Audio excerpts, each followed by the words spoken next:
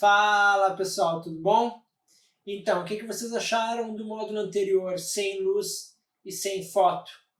Gostaram? Conseguiram identificar várias luzes que vocês podem usar nas suas composições?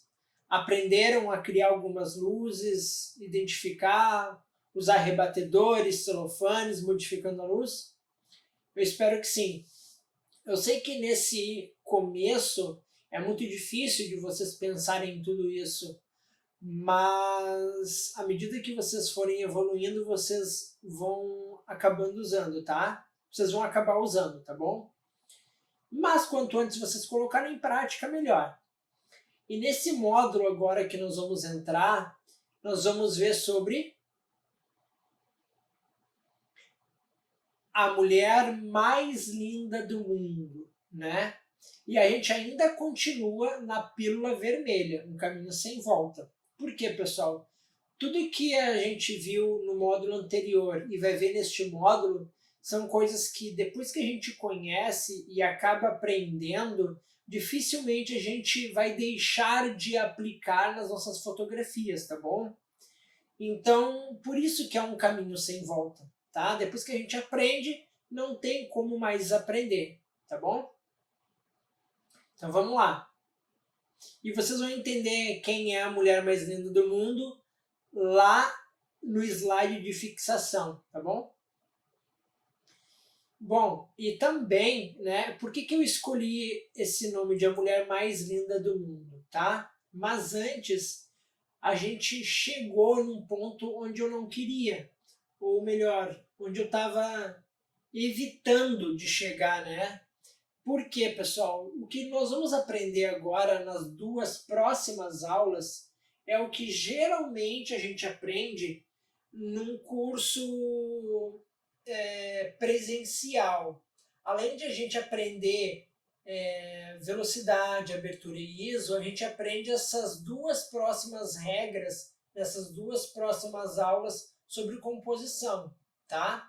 E adiantando o assunto, são os terços, tá? E os pontos áureos, tá? Por quê, pessoal? Às vezes a gente aprende a mexer na câmera ou no equipamento e aprende essas duas regras e acabou a fotografia. A gente quer colocar lá Roger Santos fotografia e começar a fazer ensaios. Mas a diferença para um bom fotógrafo, indiferente se ele é um profissional ou um excelente amador, são as regras que nós vamos ver depois dessas duas e o próximo módulo, tá? Então, por isso, preste bem atenção, aprenda tudo que a gente vai ver agora e você, além de começar, se quiser, a trabalhar com fotografia, você vai aprender a valorizar muito mais o seu olhar, tá? Bom, falando em proporção, pessoal, alguns aprendem uma dessas regras e já se acham amadores. Só que não, tá? A regra dos terços e pontos áureos, para um bom amador, isso é o básico, né? E nós estamos ou já nos conhecimentos medianos para avançados, ok? Então, eu conheço muitos fotógrafos amadores que são muito melhores que os profissionais, tá? E esses conhecimentos agora é o que diferencia eles. Mas eu quero dizer para vocês o seguinte: não abandonem os próximos conhecimentos, né? Contem comigo, continuem comigo, porque eu tenho mais para ensinar para vocês, tá bom? Antes de colocar, por exemplo, o seu nome e fotografia, né? O photograph, né? Eu tenho muito mais, tá bom? Bom, e só para recapitular, certo? Até aqui a gente aprendeu o quê? Que uma câmera não faz um fotógrafo. Não é porque você tem uma câmera de 10 mil reais ou um celular de 7 mil reais que você agora vai ter lindas fotos. Não. Lembrem lá dos pais da fotografia o que eles fizeram com equipamentos bem antigos, né? Sem a tecnologia que a gente tem hoje. Como, por exemplo, o Cartier-Bresson. Olha o que ele foi para a fotografia, sem a tecnologia de hoje. A gente aprendeu também a fotometrar corretamente a luz, certo? Para a foto não ficar estourada, para a foto não ficar escura. Então a gente sempre tem que seguir a fotometria, certo? E claro, valorizando aquilo que a gente mais quer, que é expondo mais o sol, o céu, subexpondo o assunto, né? E aí vai conforme a nossa arte quer ser expressa. A gente aprendeu também a criar, modificar, observar e registrar as luzes do meio, né? Que foi no módulo anterior. Então, além da gente perceber que não existe só a luz branca, que existem as cores e as luzes quentes e frias, a gente também aprendeu a mudar as temperaturas de cor, né? A usar rebatedores, certo? E também a criar quando não houver essas luzes à nossa disposição, como lâmpadas ou softbox, etc. Mas a pergunta que sempre pode aparecer, né, depois que tudo que a gente aprendeu até aqui, ok, eu sei mexer na câmera, eu sei identificar as luzes, mas eu quero fotografar pessoas, né? Onde que eu coloco o meu assunto principal, né? Onde que eu corto ele, onde que eu não corto, onde que eu posiciono, e é o que nós vamos aprender. De uma forma resumida, pessoal, eu quero explicar para vocês o seguinte. Era uma vez, tá? Os pais da arte lá em Guaraná com rolha, por exemplo, os pais das artes, eles começaram a identificar beleza na natureza, né? Eles começaram a ver que que a natureza continha beleza, só que eles não sabiam por quê. Então eles começaram a fazer alguns testes e depois eles fizeram muitos outros testes, tá bom? E depois eles começaram a descobrir nesses testes que eles estavam fazendo algumas proporções. Bom, para algo ficar bonito, existem essas proporções aqui. E dessas proporções, eles descobriram alguns padrões matemáticos, tá? E desses padrões matemáticos foram criadas regras que auxiliam na composição, tá bom? Auxiliam por quê? Porque tem como quebrar essas regras, mas dificilmente a gente vai pilotar um carro de Fórmula 1 sem antes aprender a andar, certo? Com as próprias pernas. E durante todo esse percurso é o que a gente está aprendendo. Nós estamos aprendendo a andar, aprendendo a caminhar. Agora nós estamos aprendendo a trocar as marchas do carro, tá bom? E logo, logo a gente vai estar apto a pilotar um carro de Fórmula 1. Enfim. E nesse quarto módulo, pessoal, nós vamos aprender a respeito de 8 tópicos. E eu não consegui dividir em menos aulas, então nós vamos precisar de 8 aulas para explorar estes 8 tópicos.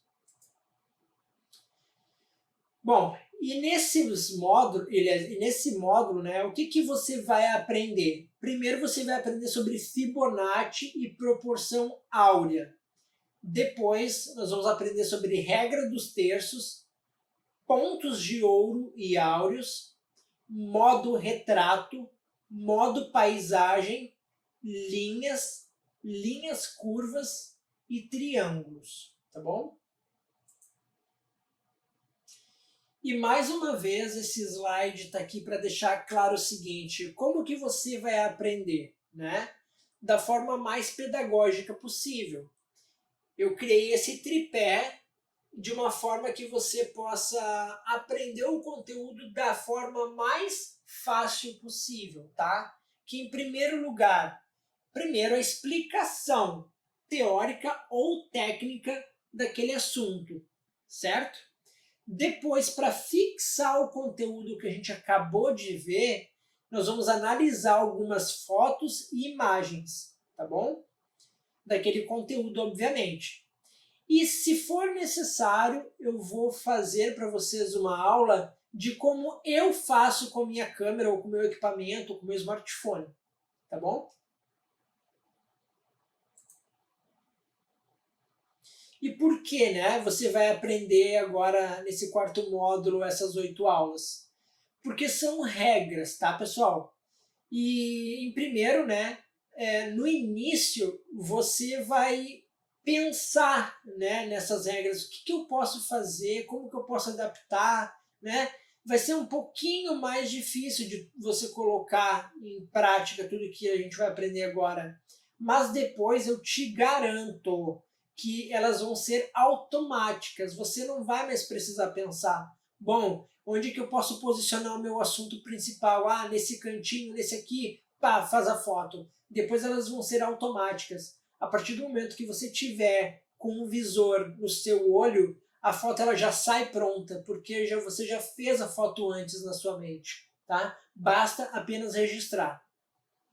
E como eu disse anteriormente, primeiro a gente anda, para depois a gente aprender a correr, depois a gente aprende a dirigir e depois a pilotar. Nesse exato momento a gente está ali aprendendo a dirigir, tá bom? Então existem regras no trânsito, né? E é o que a gente vai ver agora. Agora que a gente está alinhado, né, bem fundamentado, vamos agora para o início. Só recapitulando, na aula anterior a gente viu sobre High-Key, lembra?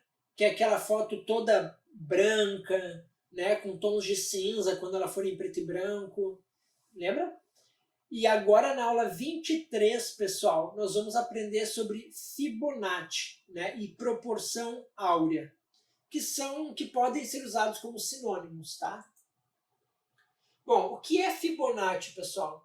Se você jogar no Google essa palavra Fibonacci, uma das primeiras coisas que vai aparecer é essa espiral do lado direito, aqui que você está vendo bem no meu ladinho, tá vendo?